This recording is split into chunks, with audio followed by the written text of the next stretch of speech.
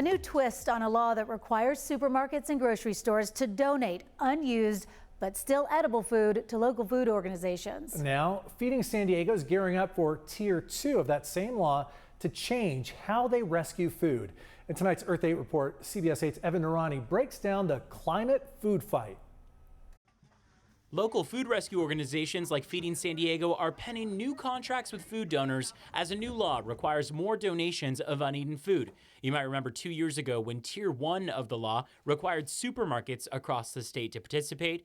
Tier 2 took effect at the start of the year, now requiring the same of hotels, cafeterias, restaurants, and large event venues. So at a supermarket, you're seeing a lot of prepackaged foods that you and I might buy at the grocery store. But with the Tier 2 businesses, we're actually seeing prepared food. So we're seeing pulled pork, grilled chicken, macaroni and cheese, things that might be in a tray that can actually be donated to an organization, a partner of ours, that can then repurpose that food and create meals. One of those donors, the Banquets and Events Department at the San Diego Zoo. A lot of times we have larger parties, anywhere from 100 up to 2,500. We can be over prepped on food, and after an event is done, we take the food, our chef team takes it into the back.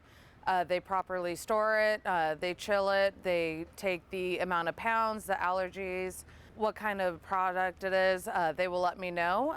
That's when I go into our Meal Connect. Feeding America developed the Meal Connect app for just that reason, an easy way for businesses with a surplus of food to connect with local organizations dedicated to feeding those in need. Think churches, shelters, schools that can all distribute that surplus food. We all work here because we want to take a part in conservation, and a lot of that is also eliminating waste.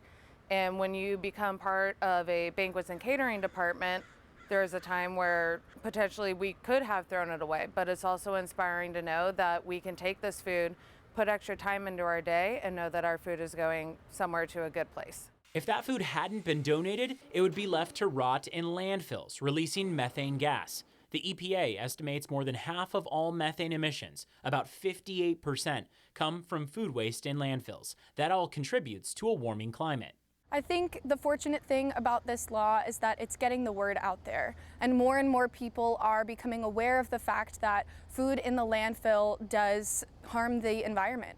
And so in reality, this law is a humanitarian and an environmental support. State officials say the goal is a 75% reduction in organic disposal and at least a 20% increase in edible food recovery. I mean, what does it mean to know that the leftover food that you have is getting eaten rather than going into the trash? It's very rewarding to know that the hard work that we put into our delicious food is not only feeding the people that come to our events, but it's actually going to people that need it. More and more organizations are now partnering with Feeding San Diego and other food rescue organizations to meet those standards. At the San Diego Zoo, I'm Evan Narani, CBS 8.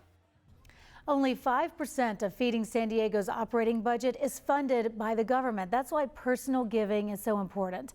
Every dollar donated helps connect prepared meals with organizations that can get them to those in need. We put a link to Feeding San Diego's website on the help button at cbs8.com.